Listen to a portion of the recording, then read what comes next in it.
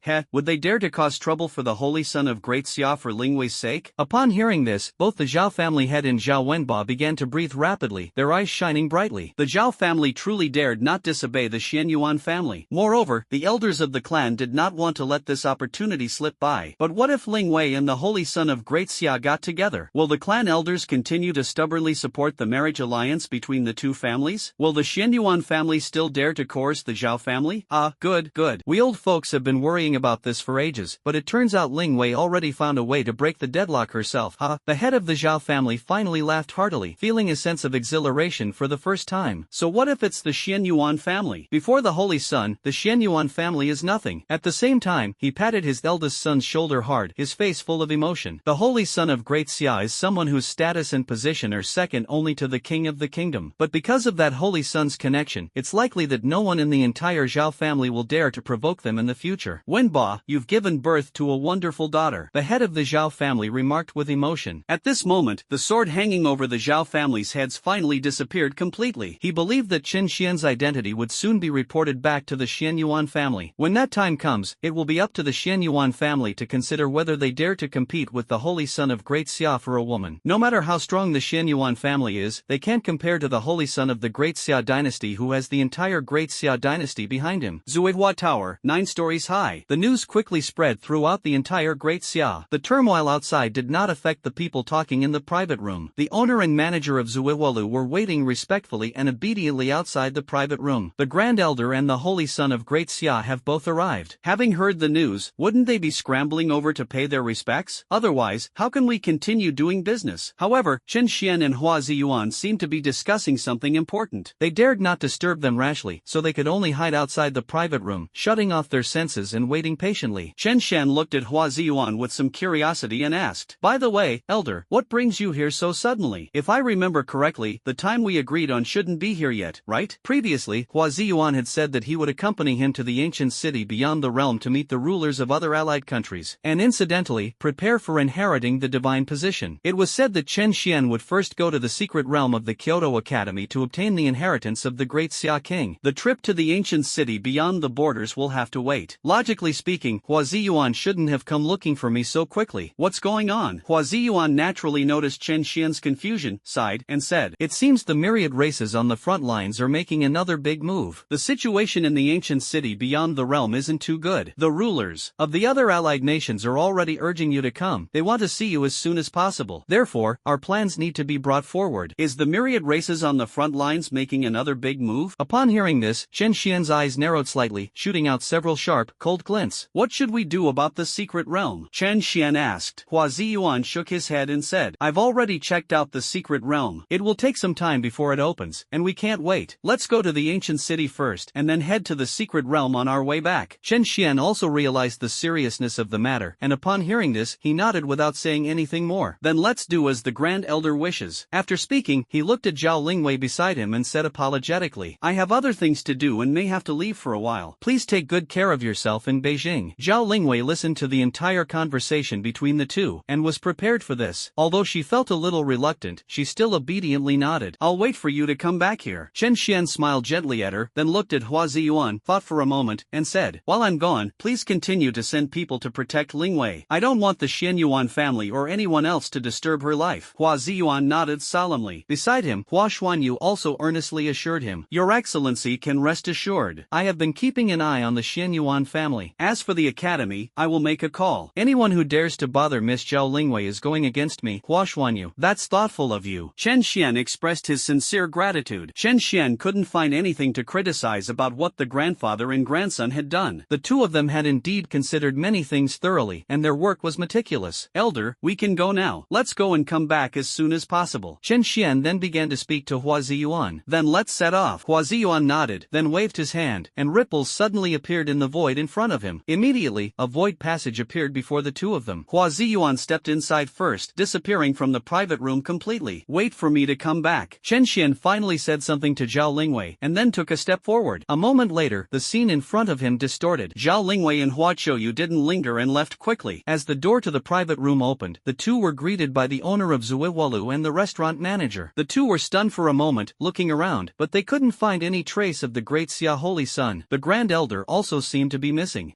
Young Master Hua, where are the Grand Elder and the Holy Son?" The manager of Zuiwalu knew Hua Qiuyu, so he quickly stepped forward and asked respectfully. "They have already left." Hua Qiuyu immediately saw what the shopkeeper was thinking, casually replied, and quickly added, "What happened here today was just an accident. Let's pretend it never happened at Drunken Flower Pavilion. Otherwise, it won't do you any good. The arrival of the Grand Elder and the Holy Son at the Drunken Flower Pavilion will generate tremendous publicity. If Zuiwalu dares to use this to create hype, it's guaranteed to make a fortune. But that's too high profile." Hua Qiuyu certainly didn't want this to happen. Under his imposing gaze, the restaurant manager broke out in a cold sweat but dared not say anything, and could only obediently nod. "Young Master Hua is right. Let's leave it at that. My Drunken Flower Pavilion will pretend this never happened." The Holy Son of Great Xia and the Grand Elder of the Council appeared at the Drunken Flower Pavilion, and then disappeared again. The whole process didn't actually last very long. Many people are unaware that when everyone's attention shifted to Kyoto and the Drunken Flower Pavilion, Chen Xian and Hua Ziyuan had already disappeared and gone to the ancient city beyond the realm. In an endless void passage, two figures, one old and one young, were walking slowly. Although the two of them seem to be walking very close, they are actually easily traversing countless distances in the outside world. The void around the two was fluctuating intensely, with countless ripples spreading and frantically squeezing towards the center. Tearing through the void is an immense test of physical strength. There are many powerful beings capable of tearing through the void. Almost anyone who reaches the venerable realm can do so. However, crossing the void with one's physical body is a matter of another level. A faint aura of energy emanated from Hua Ziyuan's body from time to time, completely enveloping the two of them and preventing them from being squeezed by the space. The two walked very easily, as if on flat ground. As Chen Xian sensed all of this, he was slightly startled to see Hua Ziyuan carrying someone across the void as if he were completely at ease. Even for an immortal powerhouse, traversing the void with someone is not something that can be done casually. It seems that this elder's strength is even more terrifying than Chen Xian imagined. Does the Holy Sun wish to personally experience the spatial compression force? Seeing the eagerness in Chen Xian's eyes, Hua Ziyuan was taken aback and asked with a slight smile, "I want to give it a try." Chen Xian didn't deny it and nodded. That's good. For those with superpowers, physical training is also an important subject. It's good to try more things out. Hua Ziyuan didn't say much and quickly removed the energy barrier protecting Chen Xian. In an instant, Chen Xian felt an extremely powerful pressure surging in like a tidal wave. Chen Xian frowned slightly, and the powerful blood and qi within his body erupted instantly. With one step, he shattered all the oppressive force in an instant. He took another step, which directly pierced through more than 10 meters of void. All the spatial pressure was directly crushed by his terrifying physical body. Hua Ziyuan had originally planned to provide immediate assistance, but upon seeing this scene, he couldn't help but gasp in shock. He crushed all resistance with his bare body. Is this really something a human could do? In the void passage, seeing Chen Xian unleash his blood and qi, he actually smashed through all the spatial resistance and took a step that covered more than 10 meters. Hua Ziyuan's aged eyes widened instantly, filled with undisguised shock and disbelief. Am I too old to keep up with the times? Or is it that the Holy Sun is just too extraordinary? The Holy Sun's current cultivation level seems to be only at the mid-stage of the king level. He is not even a venerable one yet. However, the terrifying spatial cutting force that was enough to tear apart a venerable and even severely injure an immortal powerhouse could not do anything to the Holy Sun. Has the Holy Sun's physical strength become so formidable? Even with Hua Ziyuan's knowledge and insight, he was deeply shocked and remained in a daze for a long time. Even now, he might not dare to directly withstand the spatial cutting force with his physical body. That's too risky. However, Chen Xian did it with ease. Doesn't that mean Chen Xian's physical strength is already stronger than his current strength? It is truly a case of the new generation surpassing the old, and new talents emerging in every generation. Hua Ziyuan was stunned for a long time before finally sighing, whether out of emotion or envy, it was hard to tell. Chen Xian's conditions are far superior to those of many others. Powerful superpowers, a terrifying physical body, and a cultivation speed that leaves everyone else far behind. They really don't leave any way for others to survive. Elder, is the ancient city beyond the realm at the end of this spatial passage? At this moment, Chen Xian had gradually adapted to the spatial cutting force, turned around and looked at Hua Ziyuan, asking curiously. Hua Ziyuan nodded and said, I have already located the coordinates of the ancient city outside the region. This passage leads directly to the ancient city. Once you reach the end and pass through the void rift, you will be directly transported to the ancient city. Hua Ziyuan made it sound easy. Upon hearing his words, Chen Xian's lips twitched slightly, and he couldn't help but feel a little surprised. It's important to know that the ancient city outside the capital is extremely far from Kyoto. However, the Grand Elder was able to pinpoint the coordinates of the ancient city from such a distance and tear open a void passage leading directly to the ancient city. This level of strength is beyond even Chen Xian's reach. At least, right now, it's something he simply can't do. It seems that this unassuming elder is actually quite powerful. Elder, what is your cultivation level? It shouldn't be just the immortal realm, right? Chen Xian was puzzled, so he simply asked directly. Your holiness is too kind. I am naturally immortal. Hua Ziyuan was taken aback by his words, then chuckled and shook his head, casually replying with a remark that gave off an air of unfathomable depth. Seeing that he didn't want to talk, Chen Xian simply stopped asking and took another step forward into the passage. A dense flow of vital energy continuously seeped out from around his body, forming a thick energy barrier that withstood the spatial cutting force. In the blink of an eye, Chen Xian had already walked over 100 meters. It seemed they were about to leave Hua Ziyuan behind. Seeing this, Hua Ziyuan's eyelids twitched, he sighed, and had no choice but to quickly follow. Is this kid showing off his strength, or is it a protest? Hua Ziyuan knew very well that the 18-year-old holy son in front of him was actually very vigilant. They did not fully trust themselves simply because they appeared friendly enough. Is this a fear of being used or manipulated? What a vigilant yet daring young man. Hua Ziyuan sighed helplessly in his heart, but his expression remained unchanged. Although he had his own plans, he did not intend to harm Chen Xian. However, he couldn't explain it directly. In time, I believe His Highness will understand his good intentions. Two figures swiftly traversed the void passage as if walking on flat ground. It only took about 10 minutes in total. A massive spatial rift appeared before the two of them, radiating powerful energy. Cross over this rift, and beyond lies the ancient city beyond the realm. Hua Ziyuan began to explain. Elder, please lead the way. Chen Xian nodded and said calmly. Judging from his expression, it was clear that he wanted the Grand Elder to go ahead and scout the way. Chen Xian naturally knew that Hua Ziyuan might not have any bad intentions. However, the feeling of being kept in the dark about something still made him very unhappy. He always felt that the old man was up to something. Hua Ziyuan didn't say anything upon hearing this. He smiled, pushed out with both hands, and after passing through the void rift, suddenly exerted force. The crack was torn open. A magnificent, colossal city, stretching from heaven to earth, appeared before their eyes. Hua Ziyuan gestured for him to proceed, then stepped forward and disappeared into the void passage. Chen Xian followed.